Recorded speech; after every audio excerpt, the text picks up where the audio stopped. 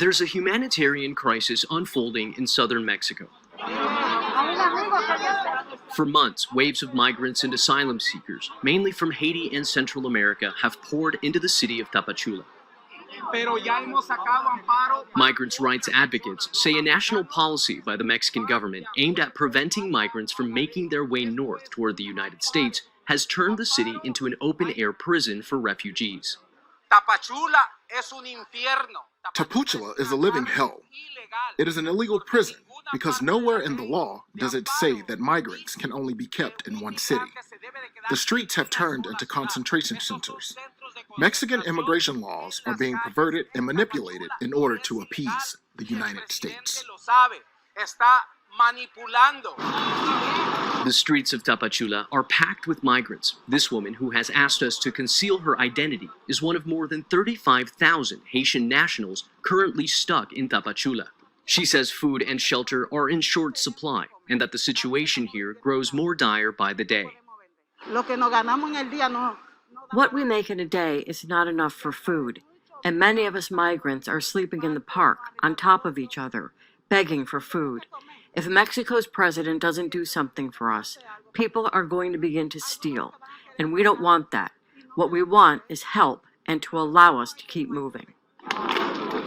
Since the start of the year, Mexico's national immigration strategy has been one of containment. In Tapachula, hundreds of migrants queue up outside the city's immigration offices almost every day. Here, confusion reigns and tensions are on the rise. The vast majority of people we've encountered outside this government office building say they're growing desperate, without a clear answer from authorities as to what it's going to take to obtain the necessary paperwork and finally be allowed to leave Tapachula.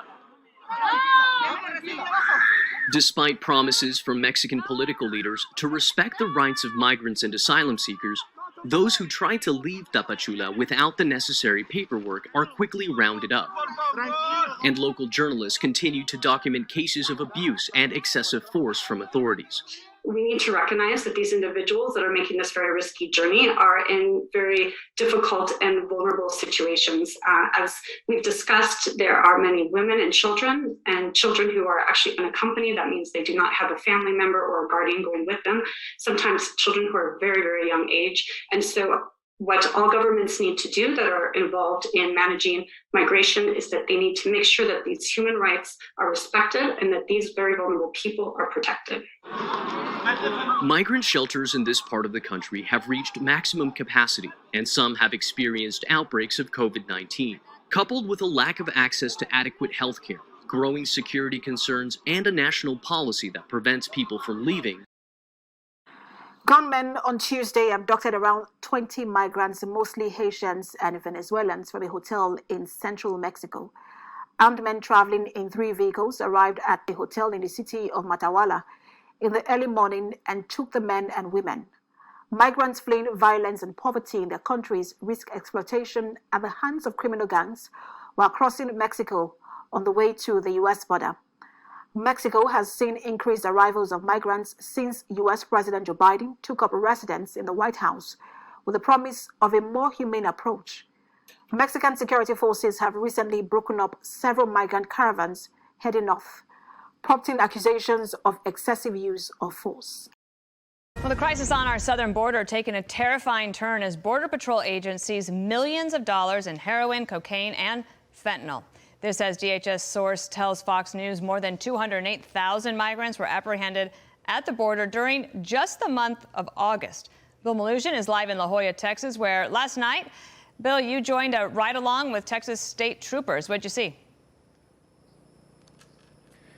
Dana, good morning to you. We witnessed a pretty wild situation last night involving a human smuggler, and we want to show you that video right now. Take a look at this. This was late last night in Encino, Texas. We were embedded with a Texas state trooper. They pull over this red pickup truck when they noticed its frame was riding very low, suggesting maybe it was loaded with people being smuggled. Well, they were right. They pull it over and take a look at what happens. People start just bailing out of the vehicle. The driver runs across the freeway. One of the troopers has to start yanking guys out of the vehicle as it was crammed with men inside. He starts yanking them one by one out of the vehicle. Other guys start jumping out of the car and running off into the brush in the middle of the night. In total, there were about 6 or 7 guys who took off running. The guy on the freeway ended up getting away, but we didn't even notice what was in the back of the truck. Take a look at the second piece of video here. As we were watching all these guys take off in different directions, the back of the pickup truck had 5 or 6 migrants who were just lying in the back right there this entire time being smuggled, and we had no idea. This is incredibly dangerous. Imagine if that car had crashed or flipped over or something like that, but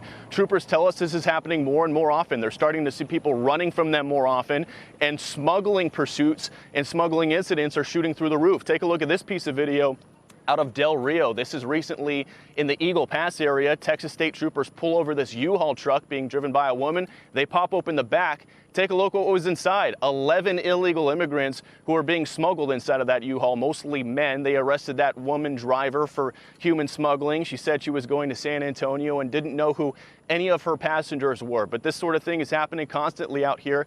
And then also in Del Rio, take a live look at our Fox drone overhead.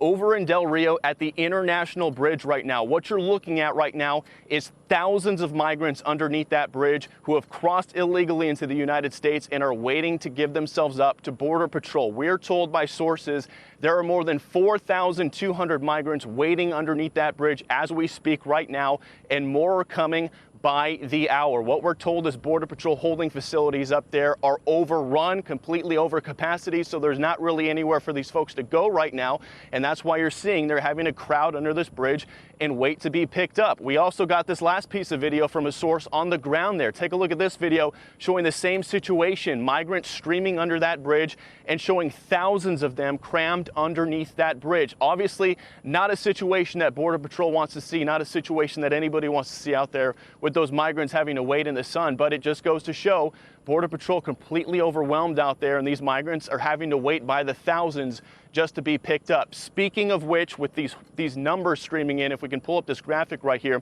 Fox News' John Roberts being told from a DHS source that the August numbers for migrant apprehensions at the southern border are going to be 208,887. That is from a DHS source to Fox's John Roberts. That would represent a 317% increase over the year 2020, August 2020. And if you want to compare it to August 2019, when President Trump had his own surge, that is up 233%. So these numbers are still exploding through the roof. They're still at 20-year record highs. And as you can see from the video and the pursuits, nothing is slowing down here at the border, guys. We'll send it back to you. Bill Melugin at the border for us. Thank you. Starting today, the Biden administration is accepting applications for the Central American Minors Program. It's also known as CAMP. The program allows children to enter the U.S. Refugee Admissions Program. Here's Channel 5's Tanvi Verma. Minors and their family members in Central American countries, Guatemala, El Salvador, and Honduras, are able to apply to be in CAMP. Even U.S.-based parents who have pending asylum applications or U visas, which are reserved for victims of serious crimes, can petition for their children. It allows the federal government to consider letting these kids come to the United States to reunite with parents while the children are still in Central America. The director of the Sidewalk School, an organization that helps children seeking asylum, says many children who do cross do so to reunite with family. We have a case of a father and daughter who are now in the U.S. that we helped, but his wife and younger child are still stuck in their home country. She says when children travel alone, they're in extreme danger. It's assaults, just put simply, just assaults. According to a DHS press release this week, the program, which started under President Obama in 2014 and was shut down under the Trump administration, is intended to prevent children from walking to the U.S. And to do so in a way that reduces the risk to the life and safety of those children is something that is going to be a benefit not only to those children, but to the family units. Though Rangel Sampanaro says this could help a lot of people, she doesn't think it's enough. It's a small number of people who will benefit from this, but this is better than nothing. According to the U.S. State, it'll take 6 to 12 months or longer to process applications. They have not specified a limit to the number of applications they can accept. Tanvi Verma, Channel 5 News. The White House is restarting an Obama-era program that allows some children to come to the U.S. legally. This summer has seen a record number of unaccompanied minors at the border with scenes like this, children being dropped over a wall onto U.S. soil. NewsNation correspondent Marky Martin is live for us tonight in Dallas. So, Marky, do we know that applications being accepted for this starting today, right? They are. Nicole, as of this morning, the final phase of this program has been revived after it was dismantled under the Trump administration. And the Biden administration really selling this as the safest, most humane way to reunite parents and guardians with their children still living in Central America. The Biden administration announcing this week that the Central American Minors Initiative is fully reinstated. The Obama-era program allows certain families to be reunited. Here are the rules. Parents must be living lawfully in the United States. Then the children have to be unmarried, under 21, and living in one of 3 countries: Guatemala, Honduras, or El Salvador. Send a message that coming into U.S. or trying to come into U.S. through irregular means is only going to hurt their chances of coming in later on. Naeem Harun Sakia is an immigration attorney. We want to make sure that they come through regular immigration channels rather than irregular immigration, because when that happens, we lose control. We don't know who is coming, what they're bringing in, what kind of background they have. There's no vetting. The White House saying it's the best way to keep children from making the treacherous migration alone. A joint statement from the Department of State and Homeland Security reads this: "We are firmly committed to welcoming people to the United States with humanity and respect and reuniting families." The program was terminated under the Trump administration as part of the former president's executive orders aimed at tightening immigration controls. And also wanted to add, too, this CAM program has been extended to include not just parents, but legal guardians as well. And lastly, Nicole, very important to note that any child who's applying for this, they have to be living in Central America. They can't have made the journey and apply for this in Mexico or even in the United States. They have to be in Central America or else they won't get accepted to the program. Nicole. All right, so they have to be from Central America. Those applications starting to be accepted today. Do we have any idea how many families this could impact?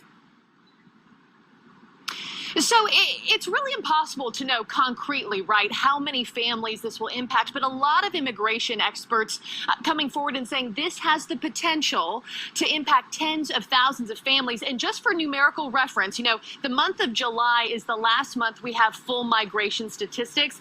In that month alone, almost 19,000 unaccompanied children were taken into custody by U.S. officials. Almost 83% of those children were from one of the 3 Central American countries that are included in this very program. Nicole. Yeah, this can make a difference for so many families.